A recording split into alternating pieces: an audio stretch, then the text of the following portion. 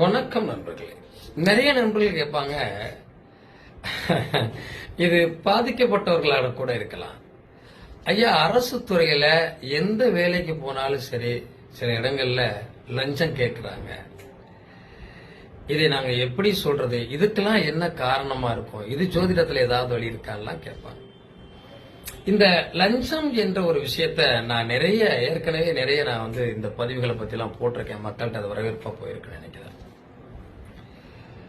ஒருத்தர்கிட்ட நீ எனக்கு இது ஒரு அரசு அதிகாரியோ அல்லது அரசு துறையோ அல்லது அரசுல அமைச்சர்களோ யாரா வேணாலும் இருக்கட்டும், அவர்களுக்குன்னு ஒரு ஊதியத்தை கண்டிப்பா அரசு கொடுக்குது.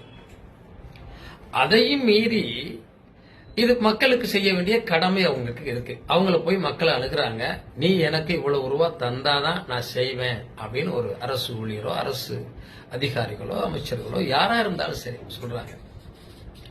சரி, அந்த வேலை ஆகணும் அப்படிங்கறதுக்காக, அது எப்படியாவது ஆகணும் அப்படின்ற கஷ்டத்துக்காக எங்கெங்கயோ ஓடி கஷ்டப்பட்டு கண்ணீர் விட்டு அழுது பாவிப்பைய இப்படியெல்லாம் நம்மளை கஷ்டப்படுத்தி இந்த காசை கேட்கறானே, நல்லா இருப்பானா அப்படின்னு நினைச்சு நொந்து போய் நீங்க காசு கொடுக்குறீங்க இல்லையா?